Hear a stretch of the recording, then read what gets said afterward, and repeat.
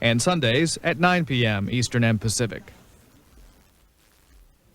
Next, Representative Bernie Sanders talks about his life in politics and his experiences in Congress as the lone independent member. His autobiography is called Outsider in the House. Congressman Sanders is currently in his fourth term and is Vermont's only representative in the House. He spoke at the Northshire Bookstore in Manchester Center, Vermont.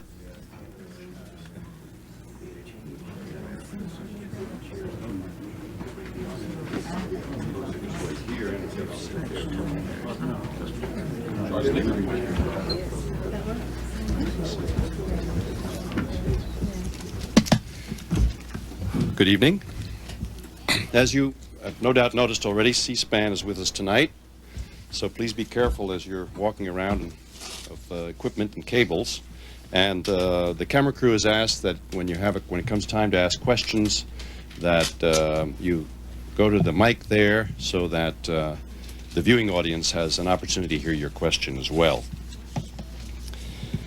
Vermonters of all stripes have taken a certain pride over the past 6.5 years from Washington news articles that read like this, quote, "The measure was supported by a coalition of legislators, a total of 148 Democrats and 60 Republicans, and Representative Bernie Sanders, independent of Vermont, backed the amendment.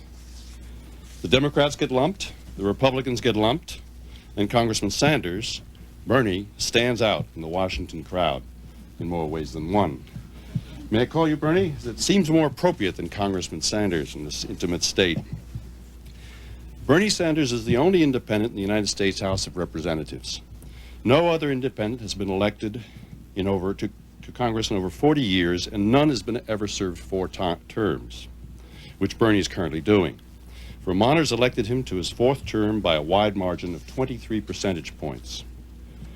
Bernie Sanders is a democratic socialist, which makes my wife and me and the entire Northshire crew, who are all interested in fostering wide and diverse exchanges of views, very grateful for him to agreeing to come to our valley, which is known as a Republican stronghold.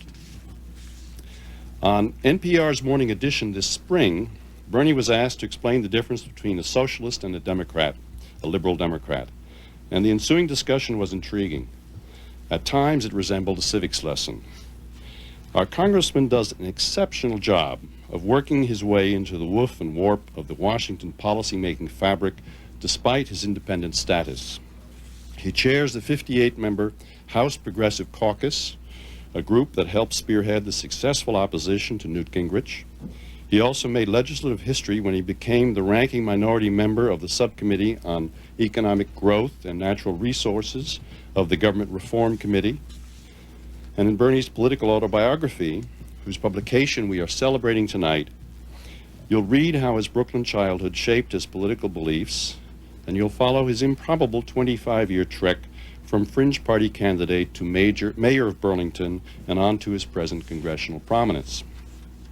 The book will give you behind-the-scenes views of his re-election campaign and the battle with Susan Sweetser, as well as sometimes humorous, sometimes moving passages about what the state has meant to him over the years, and to accounts of his legislative battles with Gingrich. But most of all, you get a clear understanding of his message and his analysis of the class struggle in the United States today.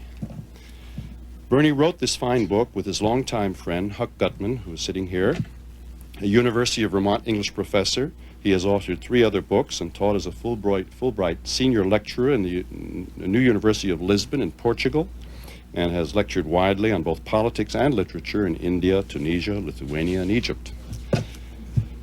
The issues Bernie Sanders champions are legion. I started to make a list of the more prominent ones, the more significant ones, but they got too long. Besides, it's better to hear them from him. Suffice it to say that Vermonters re-elected him because of his unique voice. He stands up to speak for working-class people and low-income people and the elderly people and a vast body of citizens who don't vote because they don't feel part of the 2-party system. We feel privileged to have him spend the evening with us at the Northshire Bookstore. Bernie, thank you for coming. Thank you.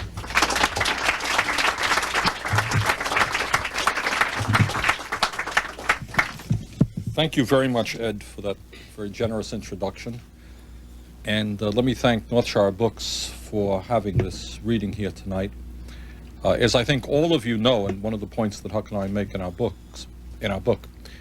is that in industry after industry, there is growing concentration of ownership, and certainly one of the areas that is taking place is in bookselling. And fine independent bookstores like North Shore are being asked to compete against very large multinational chains, and we're very proud that in the state of Vermont we have such fine bookstores as North Shore.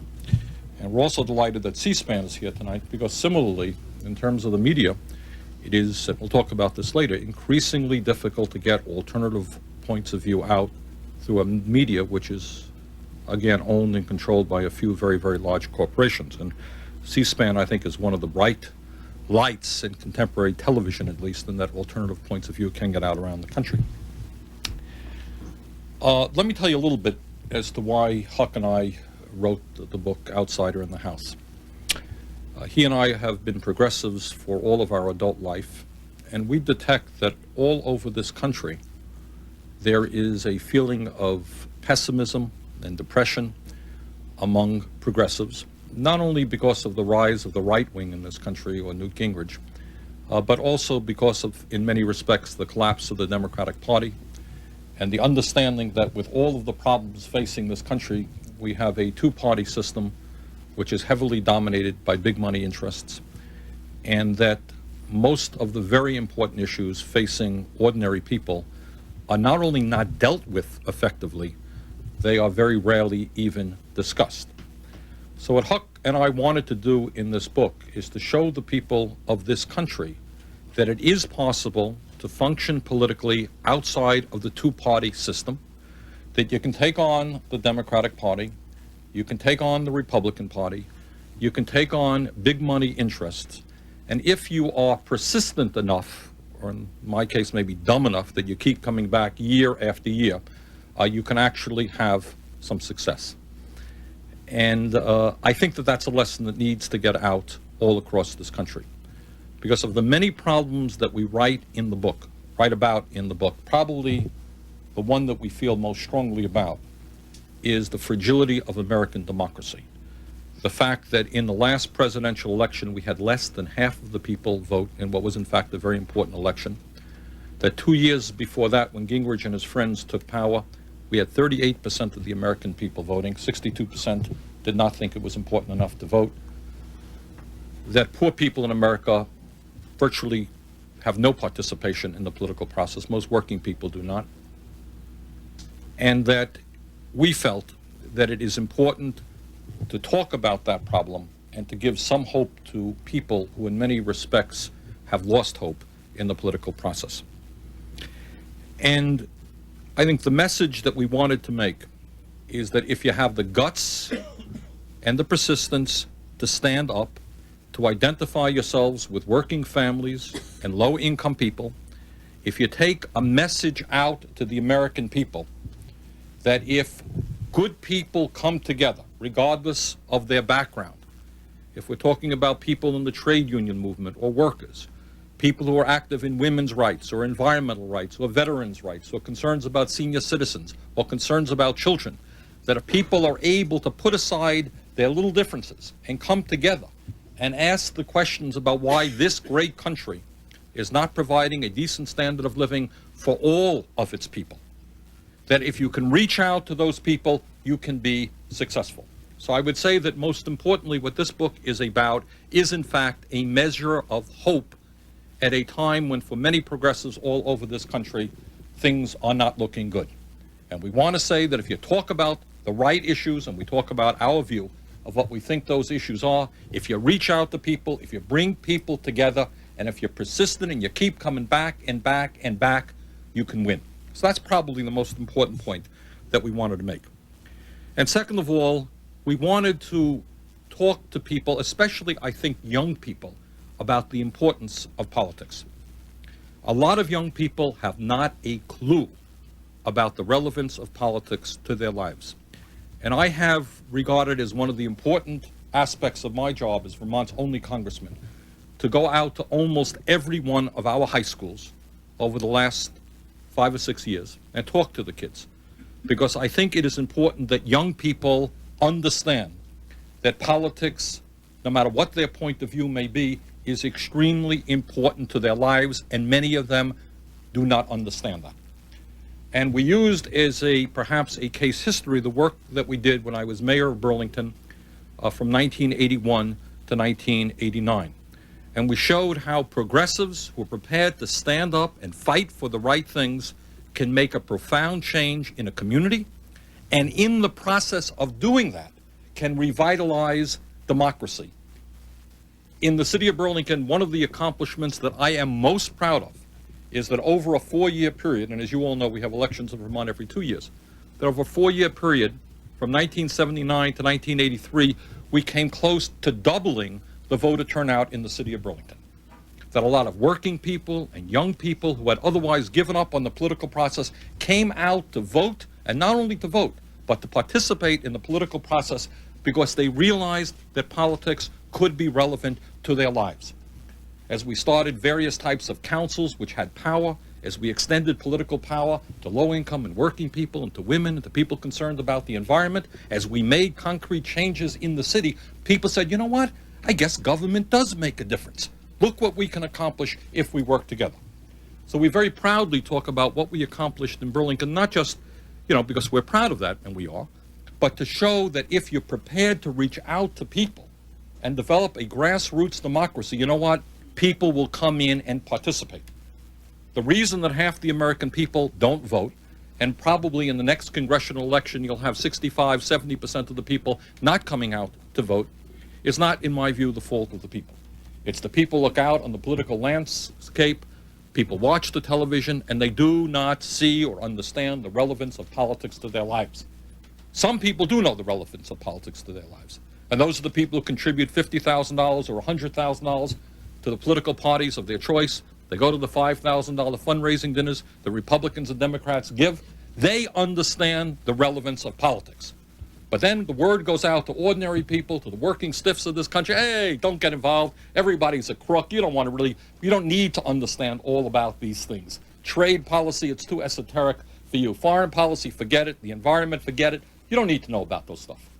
We'll give you O.J. Simpson on the television. You don't have to participate in this stuff. We'll give you, sex and sensationalism. But, hey, politics is too hard for you. Just leave it to the experts. Leave it to the lobbyists inside the Beltway. So we talk about Burlington as a case history of what happens when you open up city government and you bring people in and you help to transform what goes on there.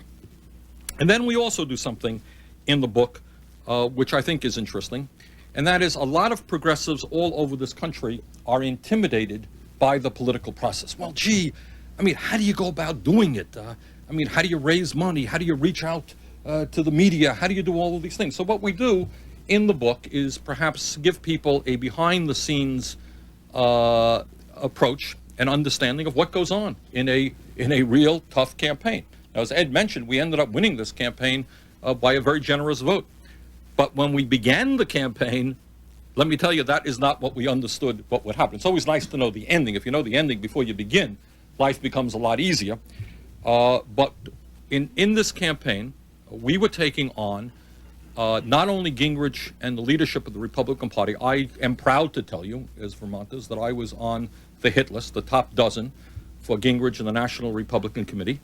And as some of you may have remembered, we had every leading Republican, from the chairman of the National Republican Committee to Dick Armey, who is the majority leader. Every week they were bringing in somebody else. I was on their hit list, and they gave the legal maximum amount of money that they possibly could to my opponent. And in addition to that, we made another hit list. I made 2 hit lists, and that is corporate America's hit list. And I was also singled out as one of those folks they wanted to get rid of. So we were taking on both of those very, very powerful groups. And we wanted to show people around the country again that despite taking on the most powerful political organization probably in the world, and that's the National Republican Committee, and taking on big money interest, you can do it. And we give a little bit behind the scenes discussion of what it is like to run a progressive campaign. How do you do it? Folks here in Manchester received literature door-to-door distributed by our campaign. Well, how did we do that? You got some telephone calls. Maybe you didn't want to get them, but you got them from Sanders for Congress. Well, how do you organize a grassroots telephone campaign? How, when your supporters don't have the kinds of money that your opponent has? The book begins actually with my getting very nervous when Dick Armey came to the state of Vermont for a $500 a plate breakfast for my opponent. Well, needless to say, Bernie Sanders doesn't have $500 a plate functions. If I did, my supporters would laugh me out of the room. Very few of them have $500 to contribute to a campaign. So how do you deal with that? How do you raise money? We ended up raising $1 million. How do you do that? Well, you do it by getting over 20,000 people to contribute, on average $35 apiece. And we talk about the $5 bills that come in from senior citizens all over the country, and occasionally a rumpled $1 bill, and the notes that go with that. So if you can't raise money from corporate PACs, and I don't take any money from corporate PACs, and you don't get a lot of money from rich folks, how do you raise the money that you need to mount a serious campaign? And we talk about that. How do you reach out to the media? How do you do political advertising? Should a progressive, a democratic socialist do 30-second television ads? Or is that somehow immoral and we should just let the Republicans and the Democrats do it? Well, we do them, and we do them well. Occasionally we've done 5-minute ads. How do you do that? And we talk about that. So we wanted to tell people all over the country who are interested in electoral politics, give them some hands-on information about how they could mount a campaign. And then we also wanted to talk about the role that I've been playing in Congress. Now, many of you know, you hear about this issue and that issue, but I wanted to put it together. And I also wanted to put it in the context of the Gingrich agenda. As you know, when Gingrich and his friends were elected, they launched what many people consider to be the most extreme right-wing agenda in certainly the modern history of the United States of America. And as chairman of the 58-member Progressive Caucus, I helped, along with a number of other members of Congress, play a strong role in, I wouldn't say defeating that agenda, but at least slowing it down significantly so they were not able to go as far as they wanted to go. And I talked about other issues. When I was first elected to Congress, way back in 1991, I dealt with issues like the Persian Gulf War, and I opposed that war. And I wanted to tell you how it felt to be a member of Congress, to put his card, and the way you vote in Congress, you got a little card, looks like a credit card, and you put it in the machine, you press yes or no. And on one of the votes on the Persian Gulf War, there were, I think, 6 other members of Congress who voted with me. And I said, my God, this is going to be a very short political career. I'm putting in there, looked up on the bulletin board, there's a board over there.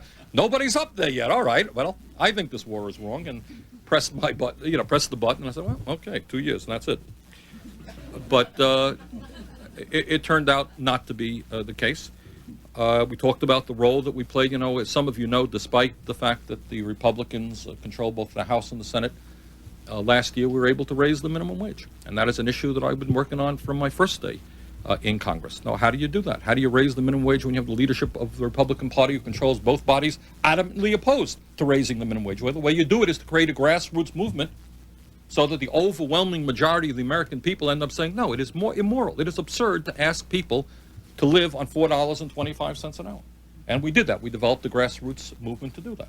And there's a lesson to be learned in that when you involve people in the political struggle for common sense ideas that the vast majority of the people believe, then even people like Gingrich are going to be forced to bend.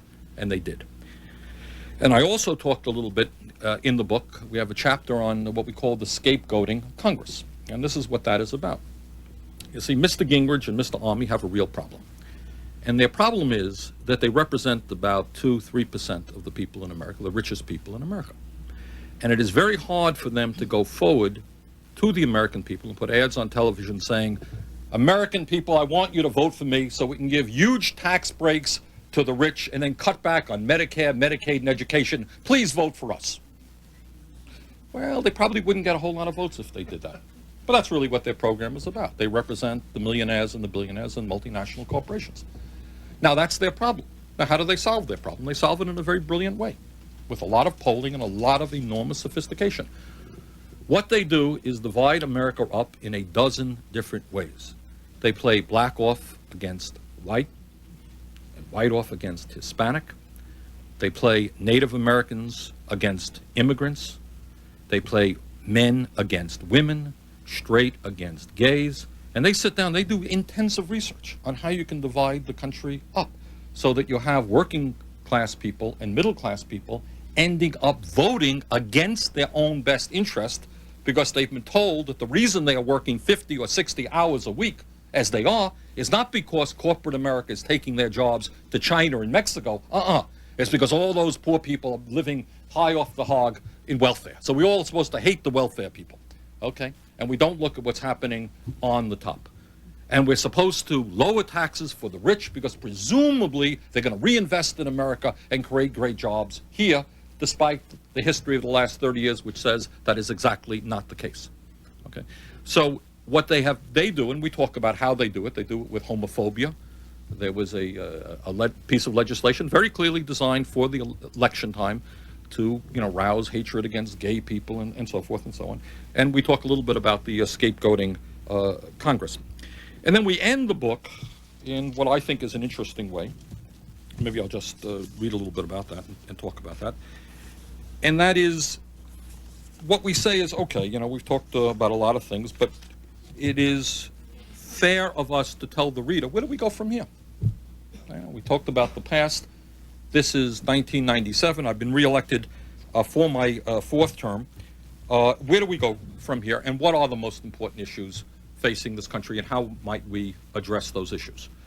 And let me just touch on what Huck and I concluded that are the most important issues, say a few words about that, and then we can open it up for discussion. First issue that we thought to be enormously important is that while the wealthiest people in America are becoming much richer, the fact of the matter is most people are becoming poorer, or at best hanging in economically. So I know you've been reading a lot on the front pages of the newspapers about the great economic boom, but as I go around the state of Vermont, people say, well, must have passed over Vermont. Not for me. I'm working 3 jobs. Somebody's getting a boom, but it ain't me. And what the reality is, and Huck and I go into it a little bit, and let me just touch on that issue. Well, let me tell you some of the other issues, then I'll go back to it. So that's the first issue, that despite what you read in the newspapers, what did they say about liars and statistics? You got a lot of statistics out there about economic growth and increased income, but they forget to tell you the real truth, and that is that almost all of the increased wealth is going to the richest 1%, the richest 5%. People in the middle class are working longer hours for lower wages and so forth. We'll talk about that in a moment. And then another issue that is of enormous consequence, which is virtually not talked about at all, is the crisis in American democracy today, the fragility of American democracy. I am not quite sure what you would describe the phenomenon, the political phenomenon that exists in America today. Now, we knew, for example, that 7 or 8 years ago, before Nelson Mandela took power and the African National Congress took power in South Africa, you had a country there which had a democracy, but it was a democracy limited to the minority, the white people, and black people did not have the right to vote. That was pretty clear. The situation is different in America. With few limitations, basically anybody who really wants to can register to vote. Sometimes it's hard, but you can do it. And yet the reality is that in the next congressional election, in 1988, I'm guessing that maybe 35% of the people will vote, 65% of the people will not vote. So people now can vote, but they don't vote. Low-income people, probably to the tune of 80 or 90%, don't vote at all. Very large numbers of young people don't vote. You have elections which are dominated, as you all know, by big money. So you have a lot of people not voting. People most in need absolutely do not look to the political system as a solution to their problems, and elections are dominated by the people who have the money. Is that a democracy? Now, if Mr. Gingrich and his friends get their way, the perfect election is when you have a handful of people with a lot of money voting. That will be the essence of democracy, and the vast majority of people not voting. And we talk about things like Clinton signed the bill a couple of years ago. That is a small step forward in the right direction. It's called Motor Voter, making it easier for working people and low-income people to register and vote. Incredibly enough, you had Republican governors in California, elsewhere around the country, fought this tooth and nail. The idea that poor people might participate in the political process, what is this world coming to? Don't they understand that politics is only for the rich and the powerful? And they try to really not implement the Motor Voter bill, and people have to go to court and so forth and so on. And Huck and I discussed, how can we go further? How do you open up the political process? And going back to the city of Burlington, we opened up the political process. We showed that if you open the door and you tell people that you can make a change, you can have an impact on your lives, people will walk in the door. But certainly that is not the agenda, certainly of the Republican Party and of many people in the Democratic Party as well. So we talk about that important issue. And then we talk about another issue that is never, ever talked about on CBS or NBC or ABC or Fox. And I'll tell you what it is. You promise not to tell anybody.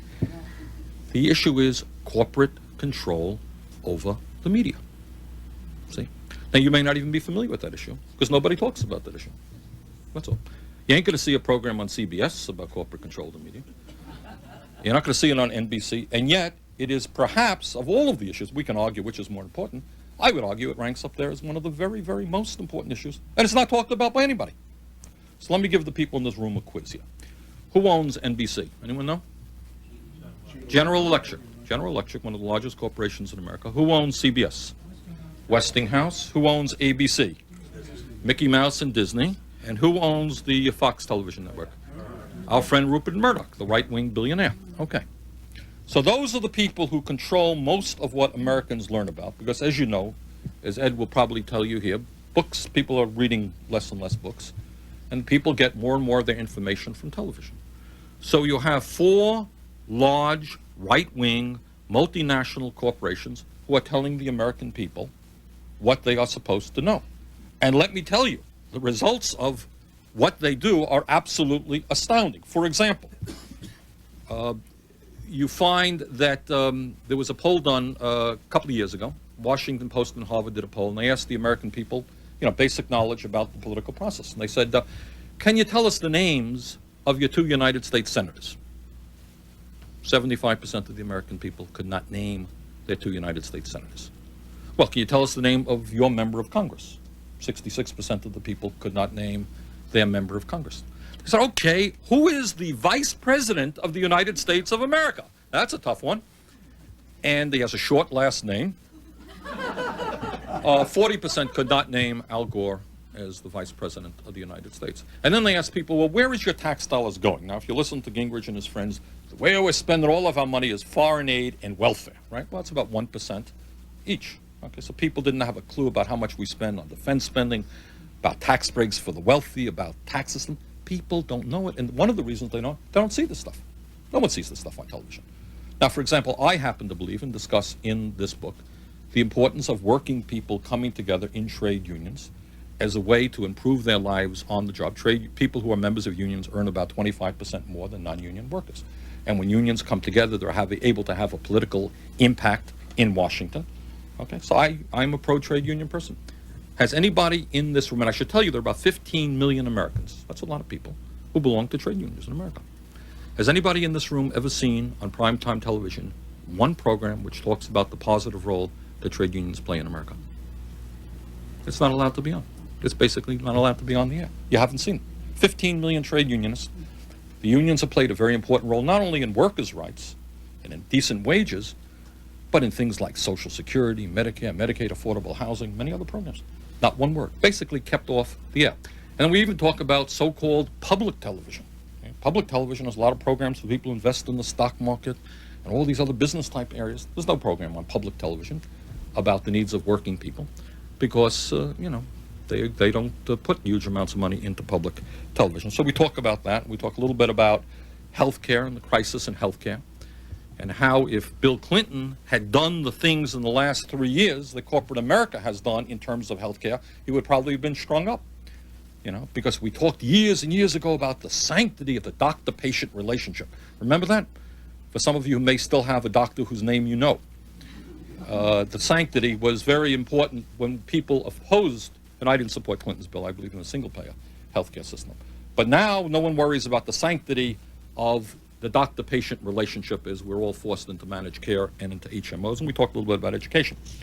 But let me say a little bit about the economy, read you briefly from the book, and say this, because you're not going to see this on television too often as well. The richest 1% of Americans now own 42% of the nation's wealth. That's a lot, 42%, compared with 19% in 1976. The top 1% now owns more than the bottom 90%.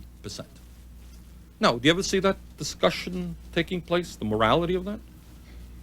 Okay, that's a discussion we don't see too often on television, nor do we see it within the Democratic and Republican parties. Between 1983 and 1989, 62% of the increased wealth of this country went to the top 1%. and 99% of the increased wealth went to the top 20%. The CEOs of major corporations now earn 170 times what their workers make, the largest gap between CEO and worker of any major nation. Now, we wrote this book a few months ago, but we're already way out of date because the latest statistics last year, CEOs received a 54% increase in their compensation, right? While working people received about a 3 or 4%, and many workers saw a decline. So when we talked about the gap between CEO and worker being 170 to 1, hey, we were already way out of date. It's now over 200 to 1. In 1982, there were 12 billionaires in the United States. Today, there are 135 billionaires, and we have people like Mr. Gates, who is now worth somewhere between $20 and $30 billion.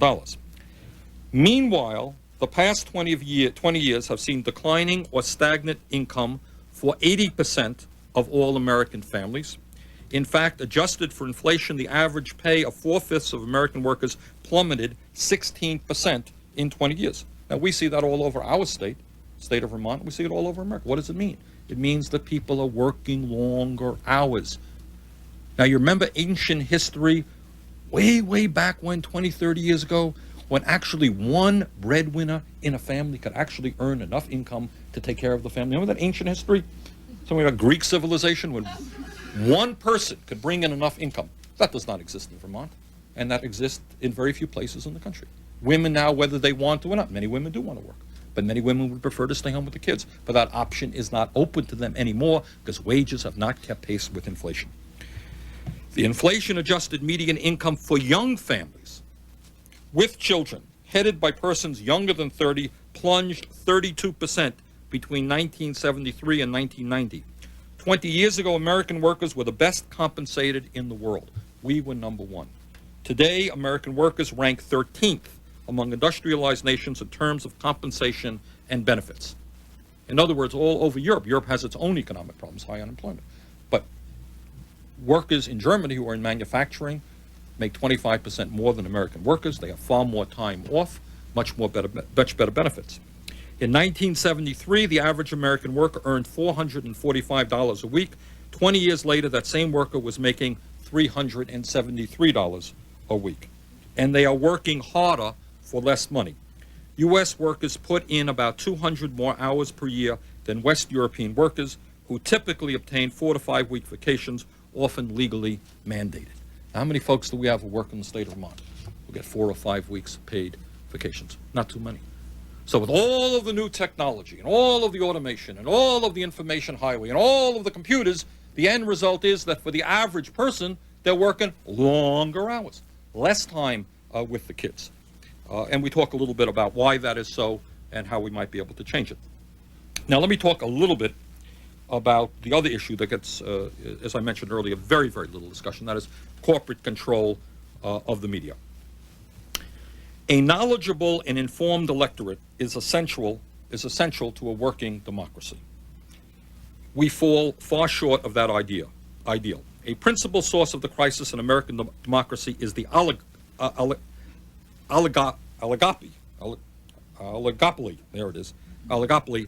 A handful of mega corporations controlling the media, which ostensibly informs Americans about what is happening and what our political choices are. Americans get about 85% of their news from television.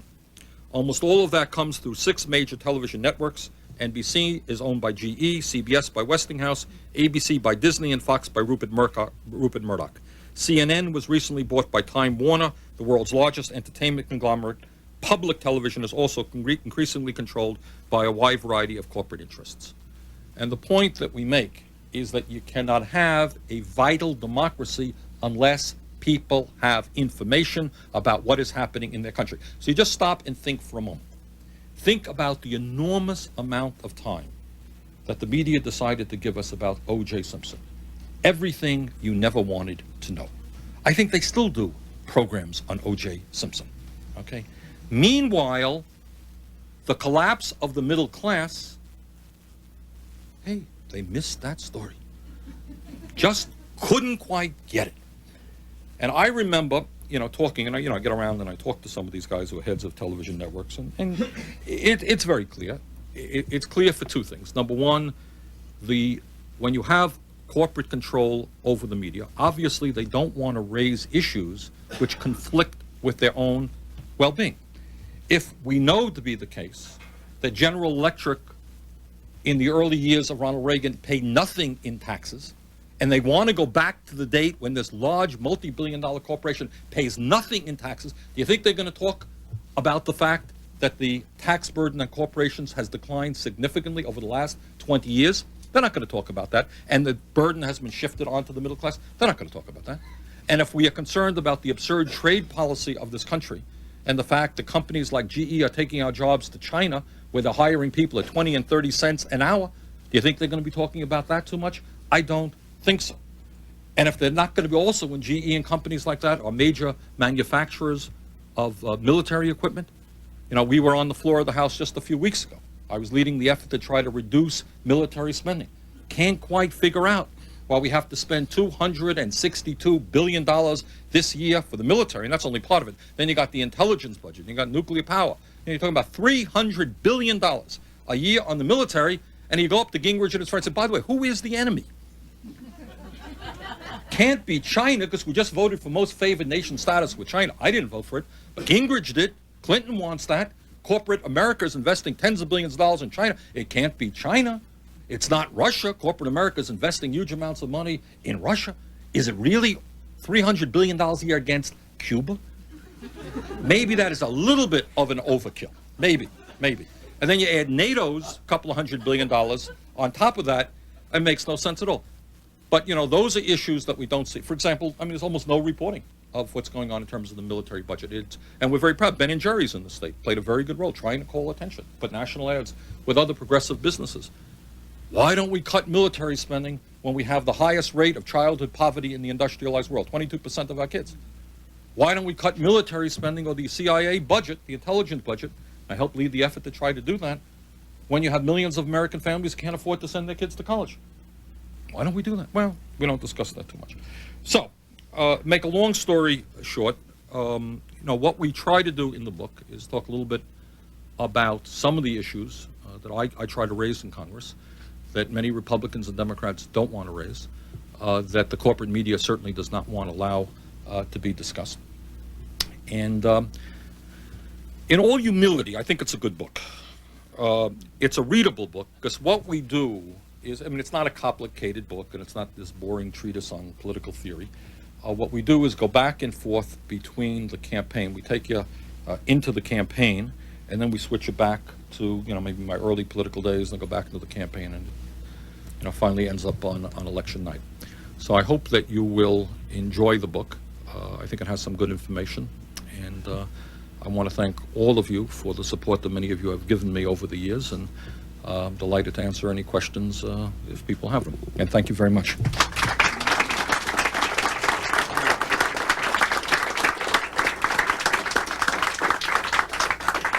Okay, fire away. Yes, I think you're supposed to talk into the mic. I'm what they call an atomic veteran. We worked for 25 years to get benefits for atomic veterans, so I know that a few people can do something. But I'd like to ask, why isn't there anything discussed about the fact that the Gulf War was a nuclear war? There's nothing said about depleted uranium and what's happening to these young people. Well, as you may or may not know, I don't know if you know it, but I am playing an active role in that whole issue. Let me just say a word or two about that. And I'm playing, there's a fellow from Connecticut, Chris Shays, who's head of the committee that I'm on, and he's doing an excellent job in raising the issue. Now, let me back up and tell you what's been going on. After the Persian Gulf War, some of the veterans were coming home and they're saying, we're not feeling well. We're having aches, and we're having pains, and we're having gastrointestinal problems, and we're having sexual problems, we're having memory loss, our wives are getting sick, diarrhea, we're having a whole bunch of problems, which has been defined as Persian Gulf Syndrome. And the initial response from the Department of Defense and the VA was, there is no problem. Hey, everybody gets sick, what's the problem? And more vets were coming back to say, no, I went over there, I was healthy. I can barely walk now, I'm really debilitated. something is wrong. And finally, after a lot of vets began to stand up, raise this issue, the DOD and the VA, they said, yes, we acknowledge there is a problem, and we have concluded that the problem is stress-related. Okay? Now, the fact of the matter is, as all of you know, stress is in fact a serious issue. And we all know that people sitting in the midst of a war suffer from stress. It's not a joke. But clearly, more and more of the symptoms that were developing and more of the studies that independent physicians were doing were suggesting that this was far more than just a stress problem. So what did we learn? We learned that the DOD administered to well over 200,000 of our soldiers pyridostigmine bromide, which they used in an experimental basis. They got a waiver from the FDA and used for the first time in a way like this as a anti-nerve gas agent. And then we also found that the Persian Gulf theater, the military theater there, was a chemical cesspool, that a lot of these guys were using all kinds of pesticides and insecticides.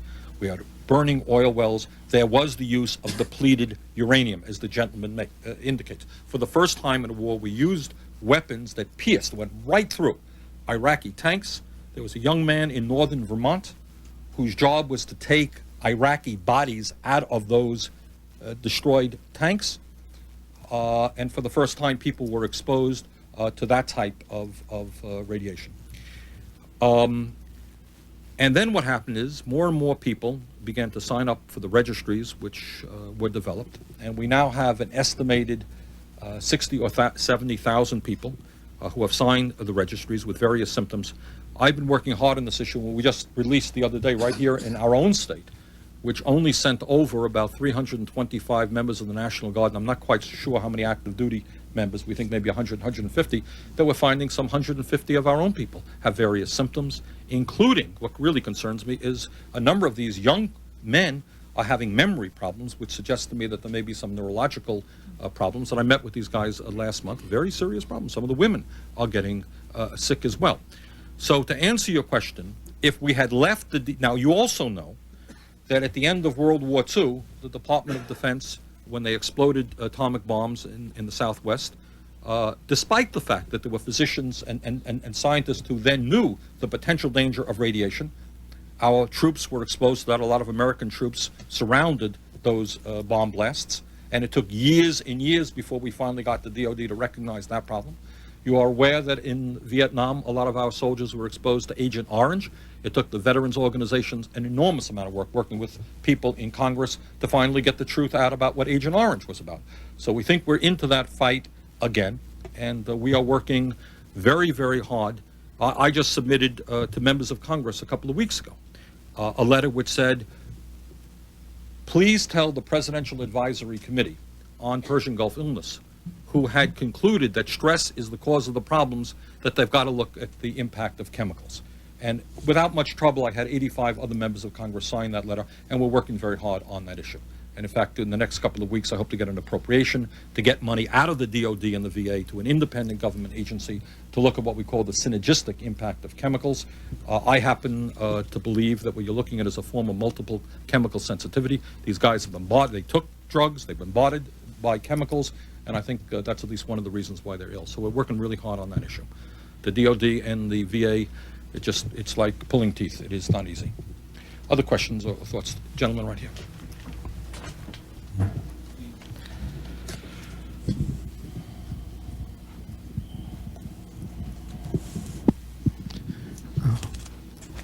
In today's New York Times was a full-page ad by the Concord Coalition, and they're making the point, they've been making this for a long time, that since Americans live longer than they used to, longevity has been increasing, that therefore they should be working longer and not be Medicare eligible at 65 or Social Security eligible at 65. Now, I'm a C-SPAN junkie, and I depend on your vote to know which way it's going. But I have never heard a congressional hearing deal with this topic, nor have I seen floor debates on this.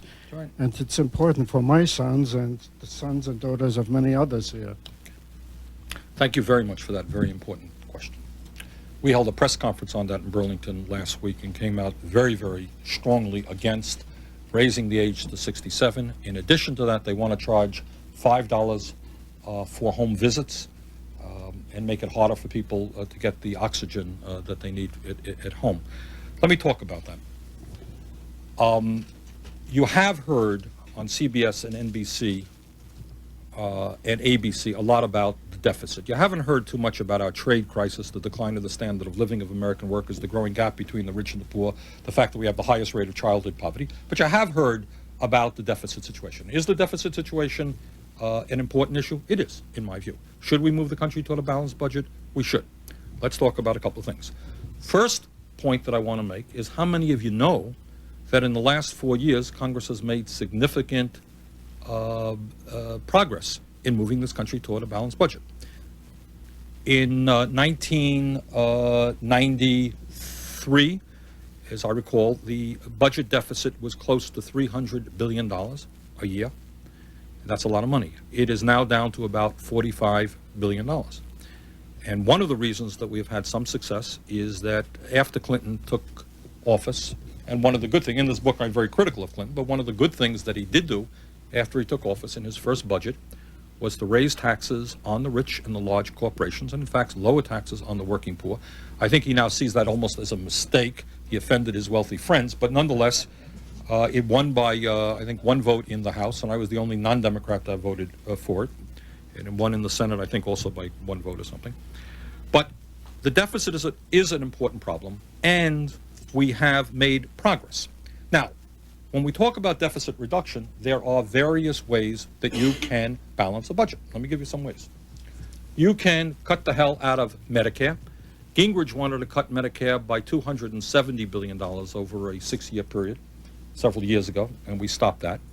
But this time, Mr. Clinton and the Republicans have come together and decided to cut Medicare by $115 billion over a 5-year period, not in a way that hurts financially the individual, but in cutting back substantial amounts of money to providers. In our own state of Vermont, our small state, hospitals would lose $75 million, elderly people over a 5-year period, which means that the cost is going to be passed on to the private insurance companies or to you for out-of-pocket costs.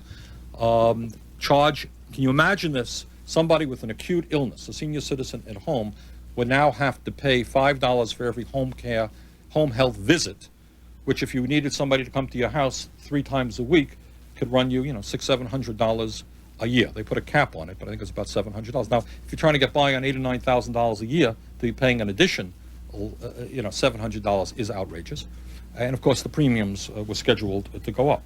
So you can cut back on Medicare. You can cut back on Medicaid. You can, as Gingrich wanted to do, not Clinton, to his credit, cut back on higher education. You can cut back on environmental protection. You can throw children off of welfare. 70% of the people on welfare are children. And if you do all of those things, you know what? You can move toward a balanced budget. You can do it. I happen to think that that's an immoral and outrageous way to move toward a balanced budget. So let me give you an alternative way that you can move toward a budget, which Mr. Gingrich certainly does not agree with, and President Clinton does not agree with. Okay? Let's talk about welfare. And let's understand that a lot more welfare is given to large multinational corporations than is given to poor people. Both right-wing and left-wing and centrist groups agree that we spend about $125 billion, that's with a B, a year on corporate welfare. We have wonderful programs that encourage and help corporate America invest in third world countries so that we can throw American workers out on the street. We have programs which encourage large multinational corporations in the defense industry to merge and in the process lay off American workers, give us less competition so the taxpayers will end up paying more money. And we give huge tax breaks, to business people who can take out their friends to fancy restaurants for a couple of $100 for a meal, and we allow them deductions for that, accelerated depreciation, and on it goes. Okay. So if you're serious about deficit reduction and you have the guts to stand up to big money, then you take a hard look at corporate welfare. Second of all, the defense budget and the intelligence budget. We're just going through that right now. As I indicated earlier, both Democrats and Republicans agree, and the president, that roughly speaking, we should have a military budget of about $262 billion a year. The Republicans won on the floor of the House more money for B-2 bombers that the Pentagon didn't even want. Do you know what one B-2 bomber costs? Cost $1.5 billion for one plane. Okay, putting that into perspective, does anyone know what the budget of the entire state of Vermont is for 600,000 people? It's about $1.5 billion. One bloody plane equals the budget of our entire state. Now, you've heard a lot of discussion recently about the National Endowment for the Arts. All right, Gingrich and his friends want to kill it. We just can't afford in this country to get arts into the schools, provide lower-income people access to the arts, help artists, create. Can't afford to do it. $100 million for the entire National Endowment for the Arts, less than 10% of one bloody B-2 bomber that the Pentagon doesn't want, and they increase funding for the B-2 bombers. We spend about $100 billion a year defending Europe and Asia. Against whom? Well, as soon as I get that answer, I will come right back here to Manchester, Vermont, and I'll tell you, $100 billion a year. Okay? From 1970 to 1990, 7 major pieces of tax legislation was passed by the United States Congress under Democratic presidents, Republican presidents, and mostly Democratic Congresses. The results of those 7 pieces of tax legislation is that for 90% of the people in America, that is the middle class, the working class, lower income people, taxes went up. For the upper 10% and the largest corporations, taxes went down. Now, given the fact that corporations today are contributing significantly smaller percentages of money to our treasury, given the fact that we've seen a proliferation of millionaires and billionaires, I know it's a terribly radical idea. I know it. But that's why you sent me to Congress, right? To say that maybe millionaires and billionaires might be asked to pay more in taxes so we can bring in more revenue and lower taxes for the middle class and working people. Now, what happened during that period, during the 70s and the 80s? Who knows why? I'd be curious if you know. What was the major area that the middle class saw an increase in their taxes? Who knows? You know, you pay it every day. What is it? Social Security and Medicare, the FICA taxes. They went way up. So that right now, you're paying about 7.5% of your paycheck in FICA taxes, Social Security and Medicare, before you pay your first nickel in income taxes. You see? And it's a totally regressive tax because there is a maximum. They've decided, our friend Alan Greenspan, who worked with Reagan on this issue, decided, what's the maximum, 67,000? Yeah, something like that. They've decided that somebody who makes $67,000 a year will pay the same in FICA taxes as somebody who makes $1 million a year. Meanwhile, they lower income taxes for the rich and large corporations, raise the FICA tax. So in our state, which has a very high percentage of self-employed people, you know what they're paying in FICA? 7.5 plus 7.5 before they pay their first nickel in income tax. Totally regressive tax. But so there are 3 or 4 ways that you can move to balance the budget in a way that is fair. You go after corporate welfare, you go after the intelligence budget, you go after the military budget, and you create a tax system that has some strength and more progressivity than what we have. If you do that, not only can you balance the budget, but you will have substantial monies left over to start dealing with our national debt and to adequately fund education so that families all over this country will be able to send their kids to college. Maybe we can make a dent in the 22% of our kids who live in poverty, deal with the environment in a stronger way. Now, the question the book addresses, well, why doesn't that happen? I would say most people in America believe that that's the case, should happen. It doesn't happen because we have a system where the majority of people don't vote, don't know what's going on, and members of Congress are surrounded by these corporate lobbyists who know exactly what committee and what member to go to.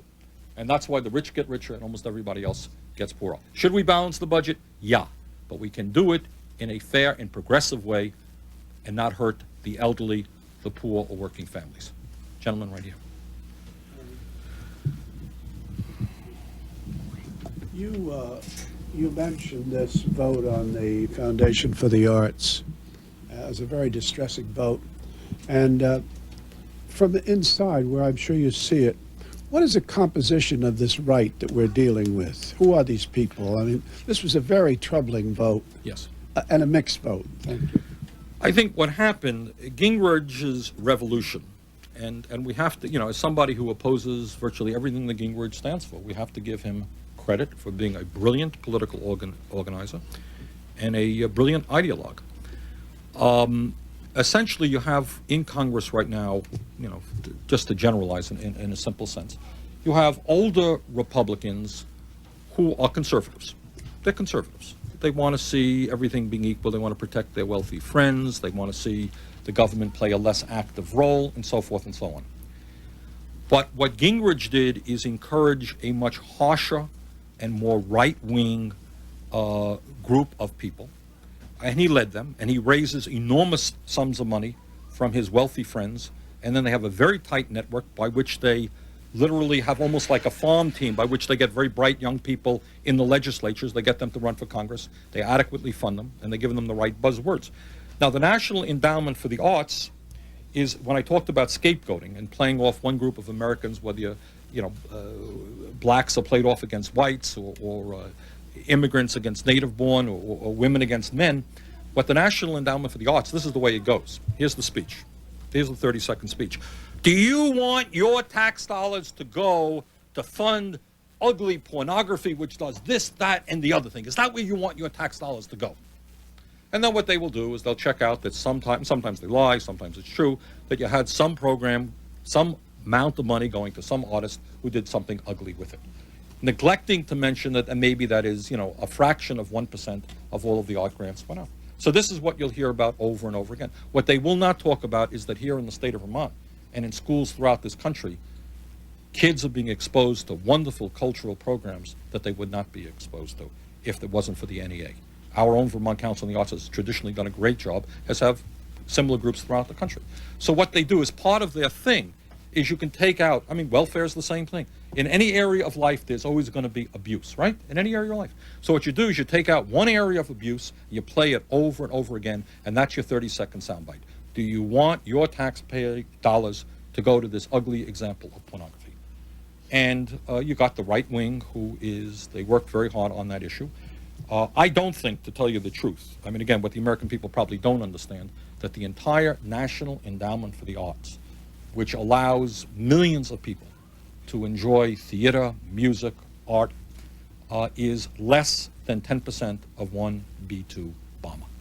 So what most people also do not understand, that compared to European countries, we spend a fraction of public money on the arts compared to what Europe does.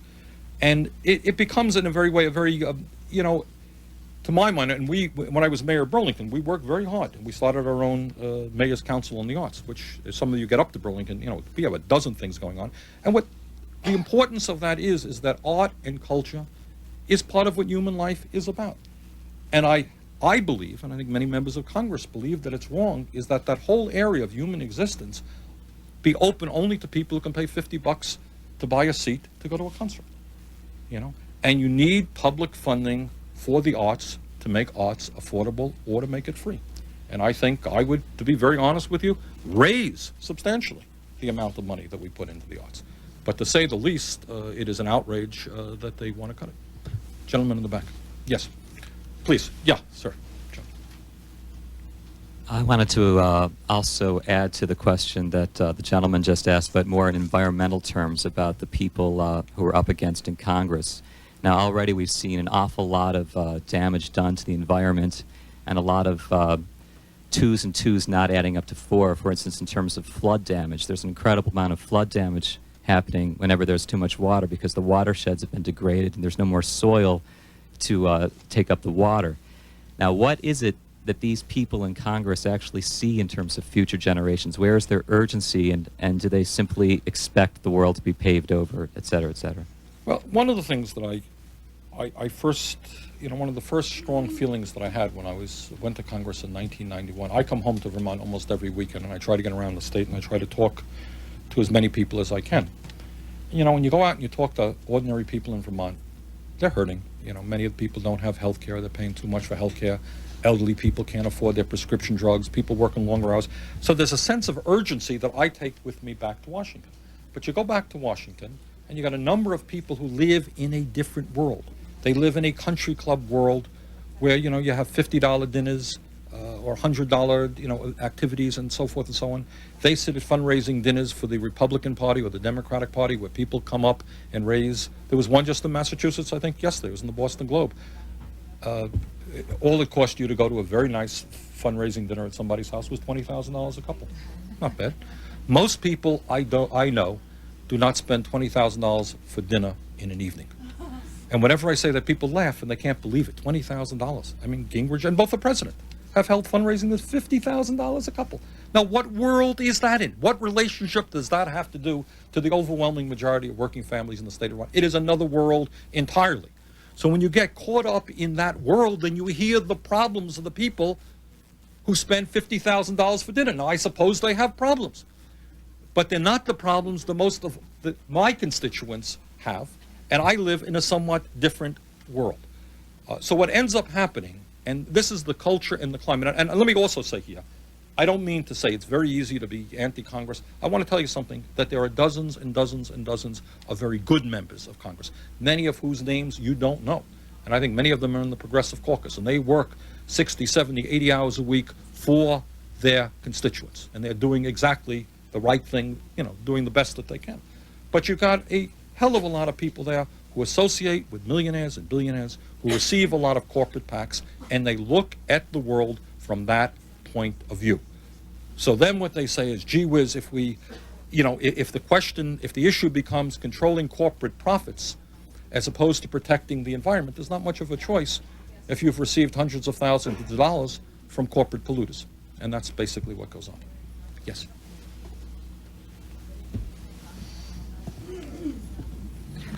What are your thoughts on the workfare component of the new welfare system put forth by the president?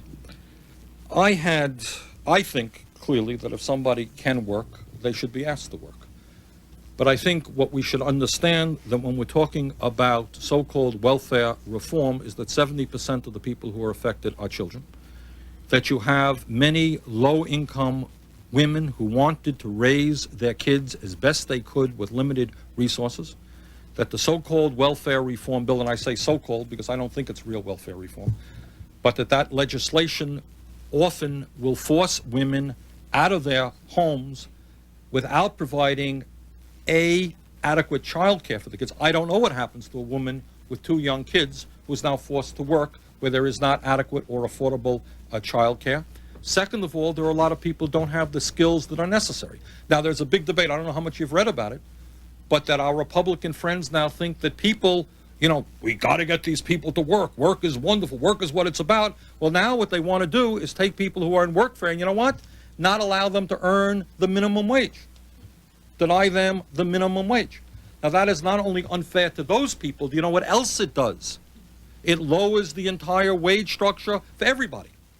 So that if you have a cafeteria worker in a local school who's making $6 an hour here in Manchester, and the town can hire somebody for $4 an hour below the minimum wage, that $6 an hour person may lose her job, or else wages will be bidded down even lower, which is a strong strategy of what the Republican Party now stands for. Last year, when we fought to raise the minimum wage and were successful, we had to beat back an amendment, very powerful amendment, that got a lot of Republican Party support, that would have eliminated the concept of the minimum wage for small businesses. So you had people in Vermont and all over this country forced to work for $3 or $4 an hour. And not only is that unfair and wrong for those people, once again, it lowers the wage structure and forces wages down, which is ultimately what NAFTA is about and what most favored nation status with China is about.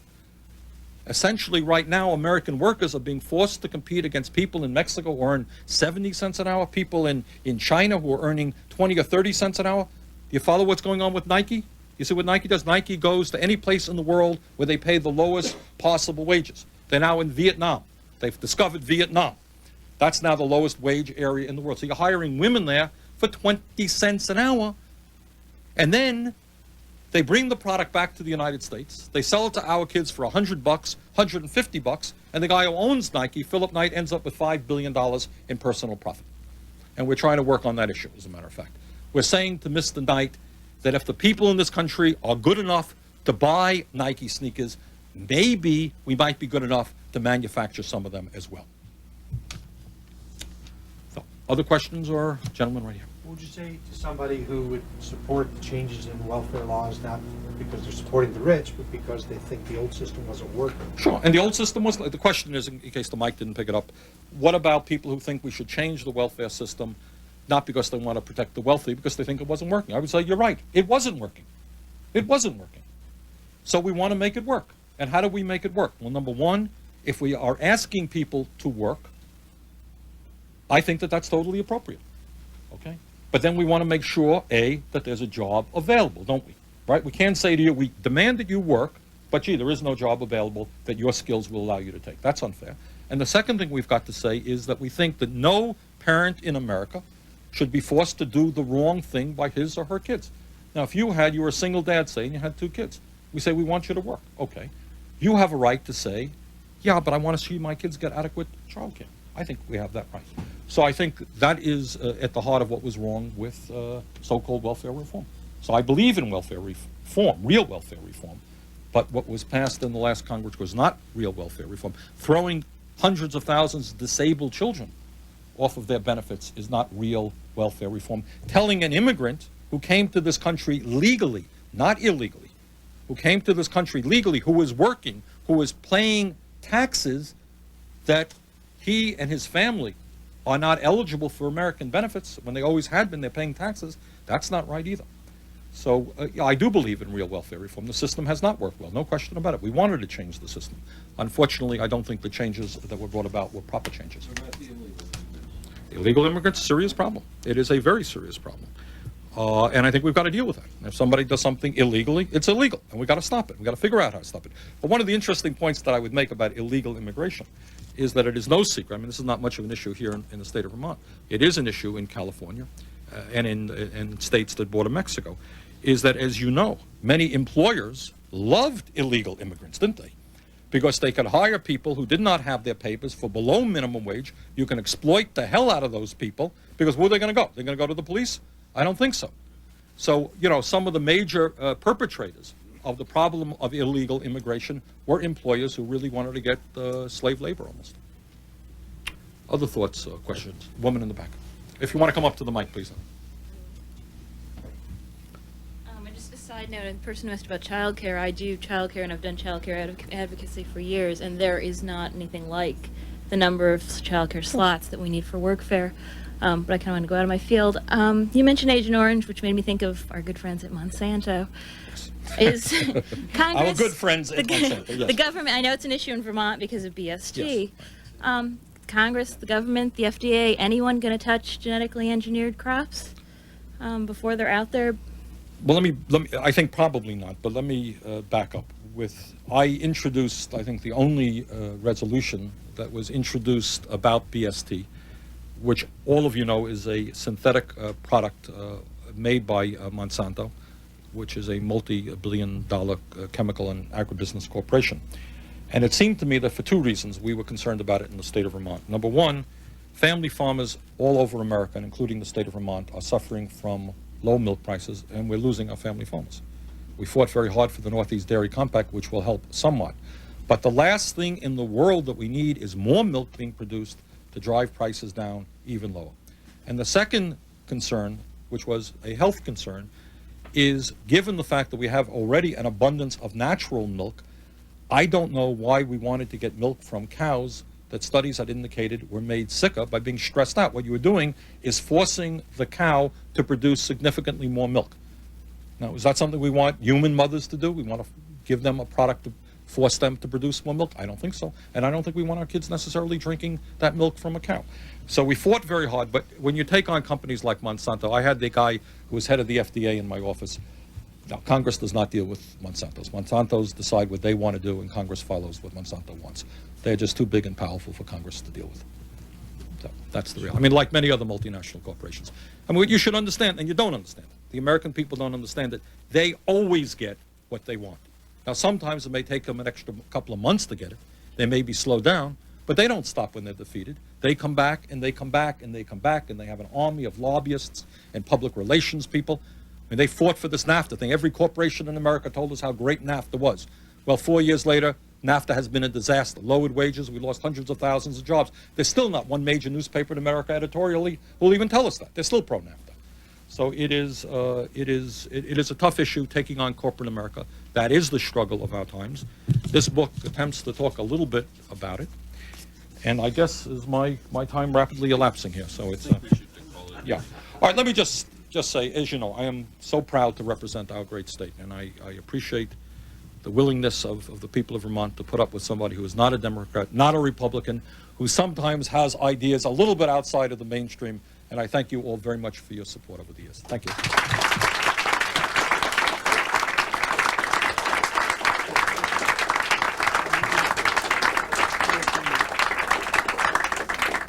Thank you all for coming. Bernie Sanders will be sitting here at the table. You can have further discussion with him, and he'll be happy to sign a book for you.